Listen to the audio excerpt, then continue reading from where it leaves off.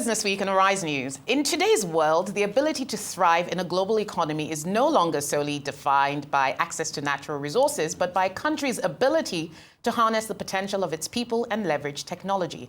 Africa's population is its greatest untapped resource. By 2050, the continent will have the largest working age population in the world, yet nearly 60% of its youth are unemployed or underemployed. If we can unlock the potential of a human capital, the continent can become an economic powerhouse. As Bill Gates remarked, human capital is the most valuable resource for any nation. Its investment in education and skills development is what will define its future. But the challenge is complex. The World Economic Forum estimates that half of Africa's jobs are vulnerable to automation, and without bold strategies, the future of work could exacerbate existing inequalities. At the same time, Africa's digital economy is projected to add up to $712 billion by 2050, with 400 million Africans connected to the internet by 2025. This growth provides unprecedented opportunities for businesses and individuals alike, but it requires that companies be resilient and adaptable to rapid changes in technology and global market trends. Well, today, to discuss how human capital and tech innovation can intersect to shape Africa's business landscape, I'm thrilled to be joined today by Sam Immanuel, a leader in skills development and founder of Semicolon Africa. Sam is leading a team working to turn Nigeria's army of unemployed and underemployed job seekers into an army of software engineers by providing training.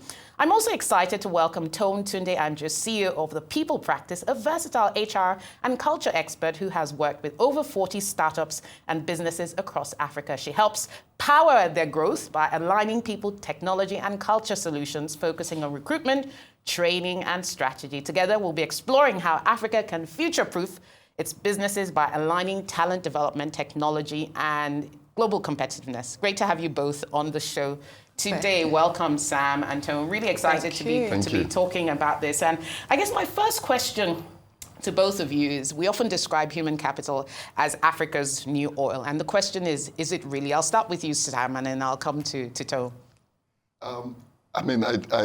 First, thanks for having me. But I slightly differ in the sense that I see technology as water, not as oil. We're fortunate to live in an environment where every now and then there's fuel scarcity. When there's no fuel, we can all carry on or find other ways to carry on with our lives. But with water, essentially you can do anything. And so part of what we need to think about is we all have devices.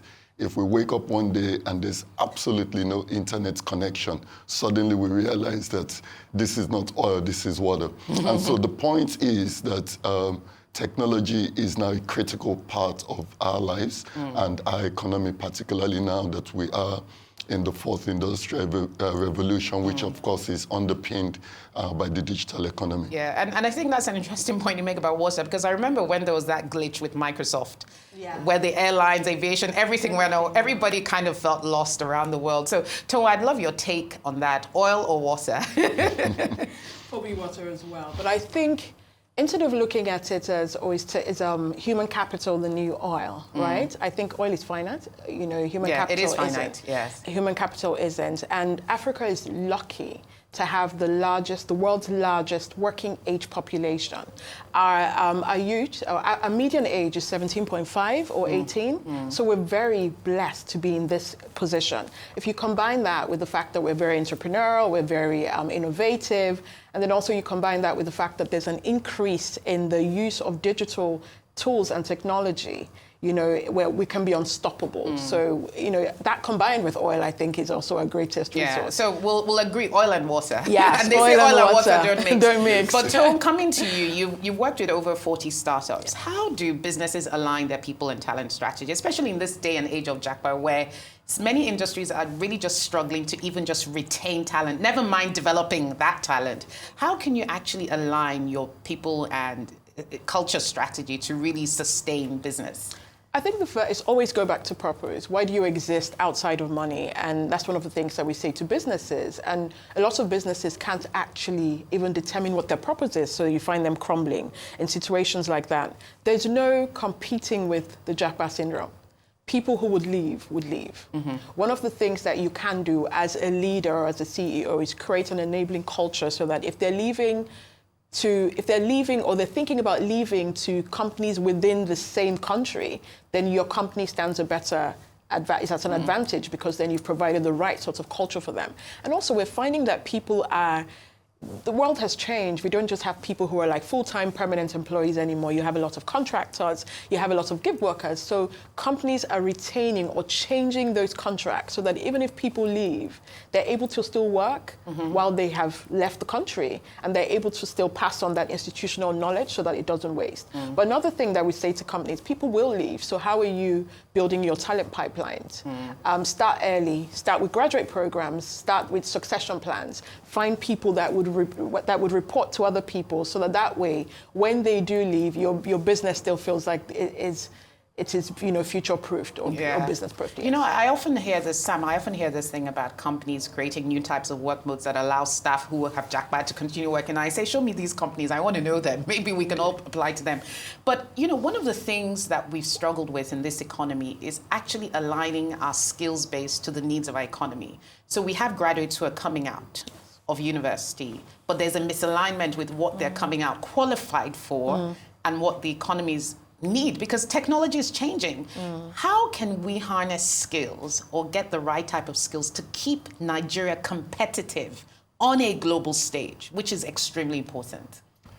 Thank you very much. It's I think the critical question that we continue to maybe avoid as a country, because the answers to it we know are not easy. And so essentially, here are some of the things that we need to think about. There's no way anybody is going to build a sustainable, thriving economy without a critical supply of the right skills. At the moment, we have a huge disparity between what employers are looking for and what new people joining the workforce are coming with. And so this is why we find that a lot of companies at certain levels, if it's senior managerial roles, if it's technical talent and sort of other strategic type capabilities, almost always importing the people to come and take in those roles. But the challenge is that we're also in a place where so many people are saying they can find jobs. They can't find jobs. They cannot find jobs. And so it's essentially to the point that you made, that there's just a wide disparity between what employers are looking for. And so what are employers looking for? Tell me, what are employers looking for? Almost every company or large company that you know now has embarked or is embarking on some form of digital transformation agenda. Yeah. For you to embark on that, you need digital leadership. You need a digital workforce that can drive the digital initiatives within your organization. If it's not a large company, if it's a startup, if it's an upstart, naturally, technology is a key part of what they're doing. And so the skills that people are looking for, definitely the technical skills, people that are able to help turn ideas into technical products. But of course, there are those who are able to lead in certain strategic ways, because the dynamics of the economy is also changing. And so skills are critical. Skills, if you have the right set of skills, it essentially gives you access to economic opportunity. All of us are sitting here because we acquired certain skills that then gave us access to certain opportunities during the course of our lives. And so once we understand the criticality of skills, whether it's us as individuals in our own personal lives, whether it's as a leader managing a business, whether it's as government thinking about the future of a country, we then realize that we need to really start thinking about how we invest now for the future. Yeah, and it's a really good point, because startups are obviously the name of the game now. And I've always wondered whether they're in a much better position to help with that skills development because of the very innovative and nimble nature of how startups operate. So in your consulting advisory work you've done for startups, is there a differentiation in the way they approach talent development compared to traditional incumbents, big multinationals? Have you noticed that? Of course. One, because they're very nimble, they're very fast. They can spot they know when to either pivot or make certain changes. And I find that the very essence of startups ensures that, from their founders very clear on the vision. They're very clear on who's backing them in that vision. They're very clear on their founding teams. They understand that the demography of people in the workforce now are more younger millennials and Gen Zs, and that's sort of what they even position for. Yeah. So with that, they have people who are quick at learning, who take on culture a different way, and are able to say, look, we want a culture of growth, we want a culture of agility, and they're able to even see it in their leaders, because the leaders are also either younger millennials or slightly older millennials, or even Gen Zs, just like them. So people are moving very quickly, they're moving fast, they're making changes, they're pursuing growth and mastery, and it is very quick. They're not even going for things like masters or MBAs at this point. They're just going, what are the certifications that we need to have? If you're going in and you need to learn data science, how quickly can we get data science learned so that you already start to perform in your role with this new qualification or certification that you have? So that's what we're seeing. But in terms of even the vision, we find that they're a bit more exciting in how they deliver the vision, so that people are buying into. So it's all the younger startups now. A lot of Gen Zs want to work with them because they identify with the vision, they identify with the mission, they identify with the purpose that the problem that they're solving. So that's what we're seeing more with startups than with traditional businesses. Yeah, and that's interesting. Sam, I notice you're wearing a shirt. I want to know what's on that shirt, because it says software engineer. Talk about marketing your profession. Tell us what it says. The person who solves problems you can't, and who does precision work or something like that. Who does precision work on essentially on unreliable data provided by those of questionable knowledge. So shades to the rest of us. But the reason I said I noticed that is one of the things that Semicolon is doing. You're training software engineers. And this is really interesting, because some of these people are not necessarily graduates, are they? So tell me how you're making this work and why you think this is an actual gap. So as I was mentioning, essentially, Nigeria has a big problem. Many companies are embarking on some digital transformation objective or the other. I was speaking to the CEO of a bank a while ago, and he said, we're no longer a bank, we're a digital enterprise. And I thought that's interesting. 20 years ago, I was here working with IBM selling technology, and you try to meet with a CEO to talk about how they can use technology for their business. And essentially, they'll send you to go meet some low-level guy in IT once they heard you were with IBM, because many did not see. So there's been that transition. In doing that transition, though, there's also now the realization that, yes, the work that universities are doing is definitely necessary and needed, but then there are certain skills that people can learn in certain ways, and we can put them in the workforce to be immediately available for work. And so part of what we've been looking at and doing is, how do we fill the gaps by providing the skills that are necessary for people to be productive and for companies to achieve their objectives? So we created a curriculum broken into three key areas. The first one is problem-solving skills. That can we get people to start looking at the challenges that they encounter, not as sources of frustration, but as opportunities to innovate. And so we train people around design thinking and critical thinking, just problem-solving skills and awareness. Then we move on to software engineering, because now you need the hard skills to then be able to turn ideas into some kind of product. And then we have a partnership with Henley Business School, and with that we give them some training in business management. And so the point is, we've taken the 4-year software engineering course, and we've turned it into a full-time 1-year program. But we recognize that after the 1 year, what we've done is we've trained somebody who's highly knowledgeable. There's still a lot of work that needs to be done to make them fully,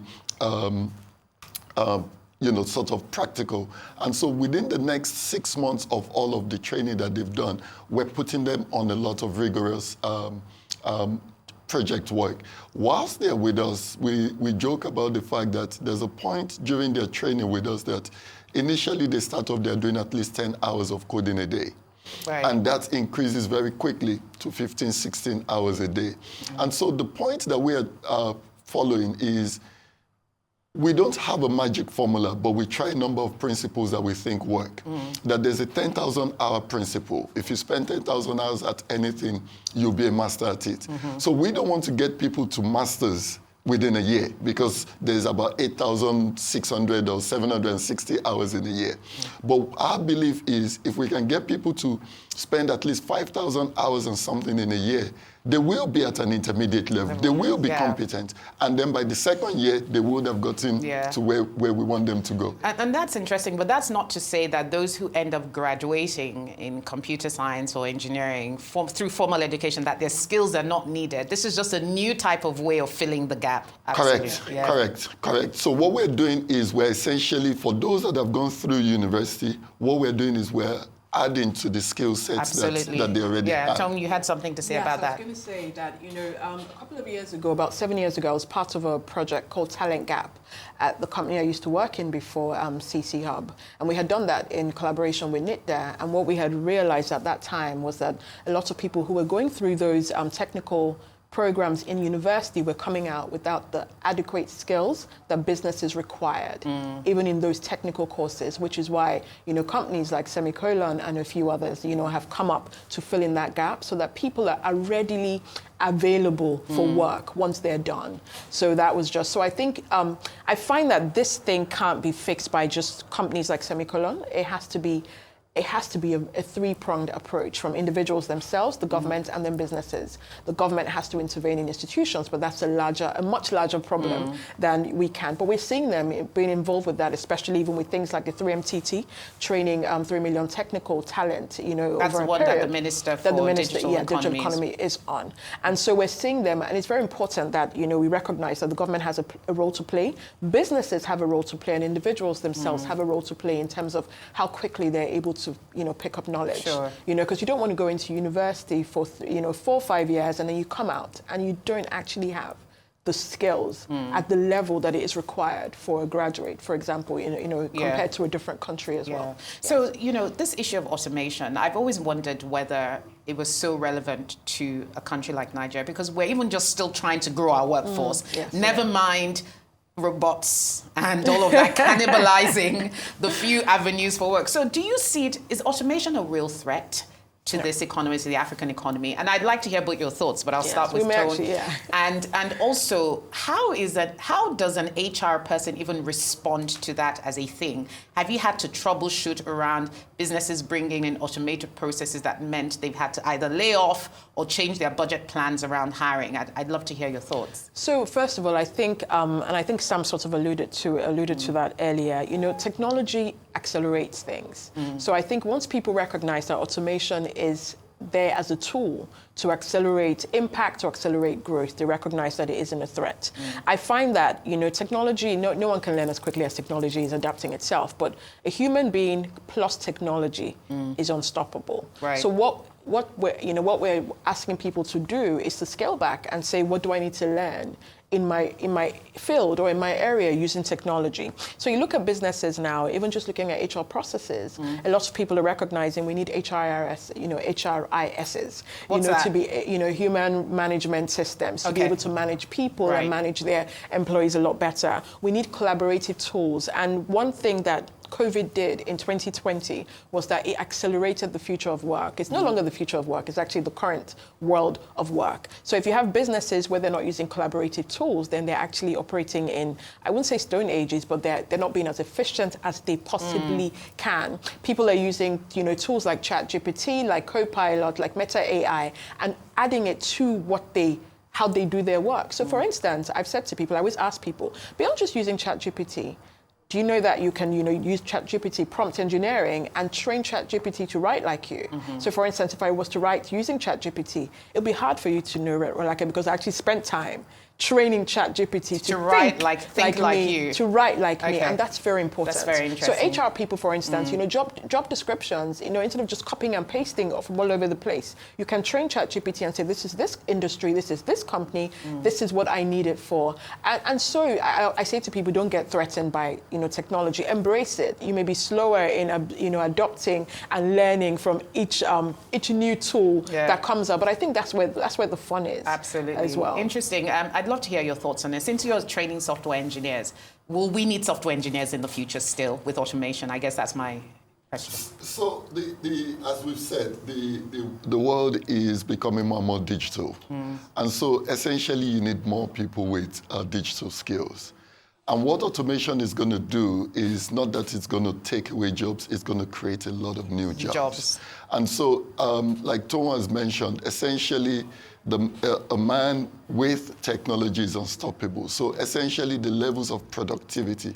Let's imagine each of us today, anything that we're doing, no matter how mundane it is, imagine we were doing it without technology. Yeah. Right? And so the automation is just to, one, help us with predictability, repeatability, and help us or free us up to then go spend our time on a lot of the things that are more it's difficult to automate human creativity.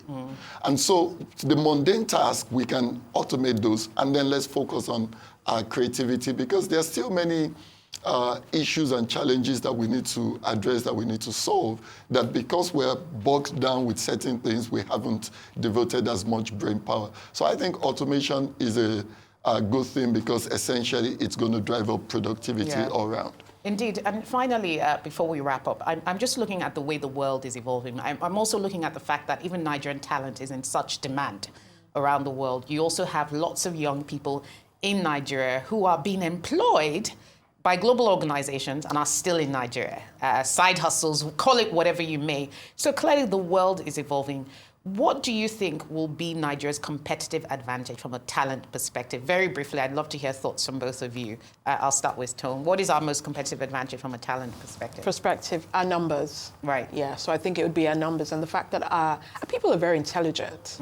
And I'm not saying it because I'm Nigerian, but you see how quickly, and they're also very hungry for knowledge as well. Once they recognize that, you know, the world is open to the digital skills that they have and their digital knowledge. A lot of them, you find them, you know, we put out a lot of roles, and people are constantly applying for these roles, whether they can or can't get it. Yeah, sure. But they're just very excited. So I think, one, it's our numbers, and it's our drive and our hunger. Fantastic. Well. Sam, I'd love to hear from you briefly. Tom is absolutely correct. If you look at all the countries that have had some kind of competitive advantage when it comes to skills and talent, you start off with the population dynamics. Yeah. And so the population dynamics are in our favor. The second thing that is in our favor is, as expensive as things may appear in Nigeria and as difficult as the economy may be, our cost of living in Nigeria is still lower than many of the other places that we may be competing with. So there's a pricing arbitrage opportunity for Nigeria to be the talent destination to the global north. Because essentially, as a result of the large numbers and all of the attributes that Tom mentioned, there's then also that our cost of living is actually lower than many of the countries that we're competing against, and that helps us. Thank you so much. It's been so amazing speaking to you, Sam Immanuel, or Semicolon, and Tone Tunde-Anjous of the People Practice. Thanks for joining us on the show today. Thank you. For having us. Thank you.